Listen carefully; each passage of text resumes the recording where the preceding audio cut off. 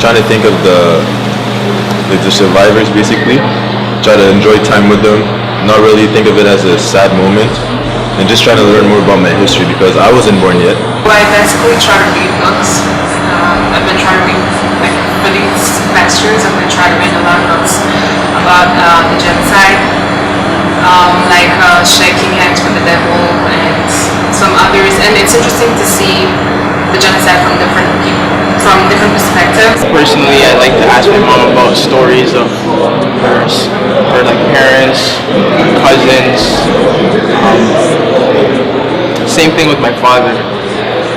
All his siblings unfortunately passed during the genocide, so I like to get to know them through him. I remember by just asking my parents questions of how they remembered living through that time. And I also like to do a little bit of research on my own just to have like a better understanding of the events that happened, what led to the genocide, and understanding a little bit more where I come from.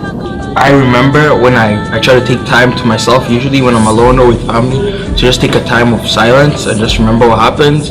Usually at this time I'll tend to listen to music, tending to like more remembering, or like watch clips of what happened and things like that, or most importantly is talk to family members who experienced what happened and just try to comfort them and see how they feel about it and just be there for them. Whenever I attend the events of the commemoration and I hear other people's stories and other people's journeys, that's when I really try and listen and put myself in their shoes. That's the way for me to connect to that event and really just show my respects, not just publicly to the people, but just internally to the country.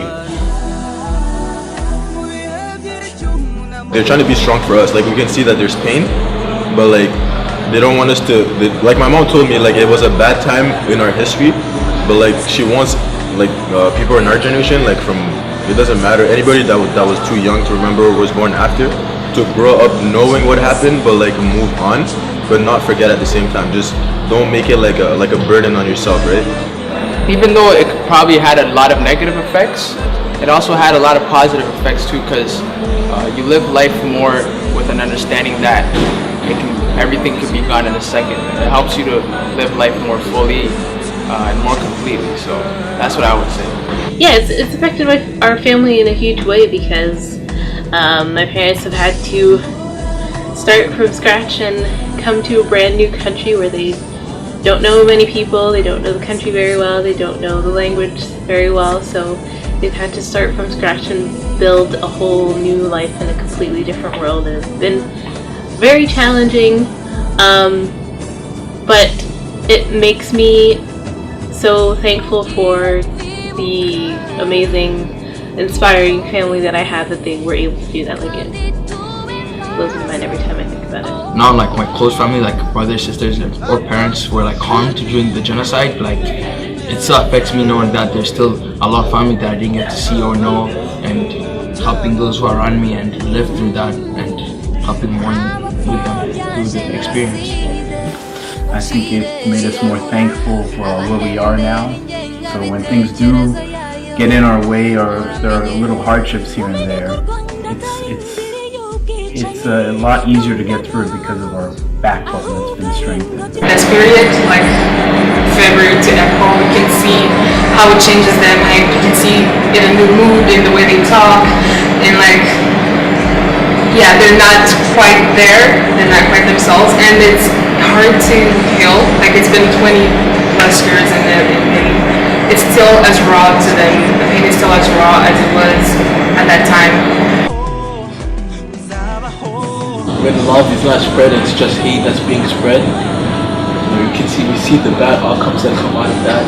So it's just affecting me in a way to learn to just be happy and spread love, and just push the idea that we are all human. Not one group is better or worse, and we should just all treat each other equally and be together. I've just built such a passion to help people and just help people find their way, and I don't know, just guidance for people.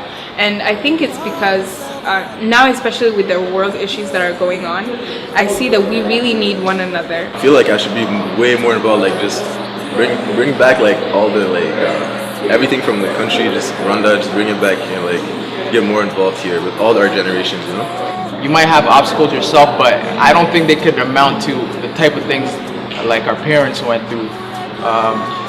So whenever I'm going through like a tough spot in life, I think about my parents. I'm like, if they could go through something like that and still come out fine and still thrive in a country that's not even their own, with those mental scars, those spiritual scars, those emotional scars, it makes me feel like I should be able to do anything. It has led me to want to understand, to get a better understanding of what happened in 1994 during the genocide and what led to that, and sort of having a better understanding of my culture and where I'm coming from, and through that actually have gained more of like a willingness and a wanting to know my culture fully and be proud of it. When I was younger, it was more like, oh my goodness, I'm so angry that something like this happened. Why did this have to happen in my country? But then I understood more like, wow, my people are brave. They can overcome something as terrible as the genocide, and look how great of a people we are, and how like I can help contribute to that. And it has helped me like grow older as a mature adult and understand how things are in Rwanda. And it's awesome. I really appreciate that. And actually more than the people that went through it. I used to have trauma like back in the day when I was a kid, and you can feel the darkness everywhere you go. Like it doesn't matter whether you lived through it or not. And coming to Canada has kind of also enforced the thought that I have about indifference, because you get here during this time, you're walking around, everybody's just living their lives, and it's kind of frustrating. I think in a lot of ways it reminded me about the important values in life, which is staying close, which is treating other people the way you want to be treated. As simple as a notion that is, it's important to remind myself that, and it helps me get along socially. I think the way I make friends, the way I keep in touch with people, was directly and indirectly affected by the genocide, because I can try and do my best to not look at people on a surface level and connect with them on a more internal, emotional level. The only people who took back the country were the Rwandese people. So there's an empowerment there that if we're together, we can do great things. And I think that Rwanda is going so far because it does not rely on others, but it relies on itself and on its power that's within if it is unified. There's social media involved now. There's a new app on Snapchat. Like people from all over, like overseas and stuff, we're getting together. They're doing like events, and like it's small at the moment, but it can get bigger, with time. We visited the country in 2011. Even back then, I could tell just the huge makeover the entire country has had, like the new infrastructure, building new roads, and the roads are so clean, and all these new buildings being built, and all the funding that has been put into new businesses, and so many people being empowered and encouraged to start their own business. And if they think they have an idea for something amazing, they just go to ask the government for a grant, and then they can build their own company from the ground up. I feel like it's ripe with opportunity, and those young people, I think we have the incentive to go there and produce for our country as well, because we see that it's beautiful, it has a lot to offer, and I think it's going in a great direction too. There's Uganda that has brought people together. That has brought people together over the past couple of years. You see new buildings and new roads and new schools every single couple of months.